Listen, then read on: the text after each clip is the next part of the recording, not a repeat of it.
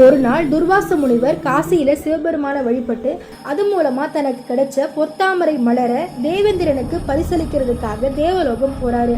அங்க தேவேந்திரன் தன்னுடைய வாகனமான ஐராவதத்தின் மேல ஊர்வலமா சுத்தி வராரு. தேவேந்திரன் கிட்ட போன துர்வாச முனிவர் சிவபெருமானுடைய பிரசாதமான பொத்தாமரை மலர அவர்கிட்ட கொடுக்க அதை அலட்சியமா வாங்கின தேவேந்திரன் தன்னுடைய யானை மேல வைக்கிறாரு. அந்த யானை தன்னுடைய தும்பிக்கையால கீழே தள்ளி காலில் போட்டு மிதிக்குது. இதை பார்த்து துர்வாச முனிவர் ரொம்ப கோவப்பட்டு தேவேந்திரன் கிட்ட, சிவபெருமான் கொடுத்த பிரசாதத்தை நீ அலட்சியம் செஞ்சுட்ட, அதோட மதிப்பு தெரியாம உன்னுடைய யானையும் காலில் போட்டு மிதிச்சிருச்சு. தேவேந்திரா, நீ பூலோகத்துல பாண்டிய மன்னன் ஒருவன் கிட்ட தோற்று போவாய், அவனுடைய சக்கராயுதம் உன் தலையை கொய்யும் அப்படின்னு சாபம் கொடுக்கிறாரு. அந்த யானை கிட்ட உன்னுடைய 4 கொம்பும் உன்னுடைய வெள்ளை நிறமும் போய் கருநிற காட்டு யானையா மாறி நீ 100 வருஷம் பூலோகத்துல திரிவாய்னு சாபம் கொடுக்கிறாரு.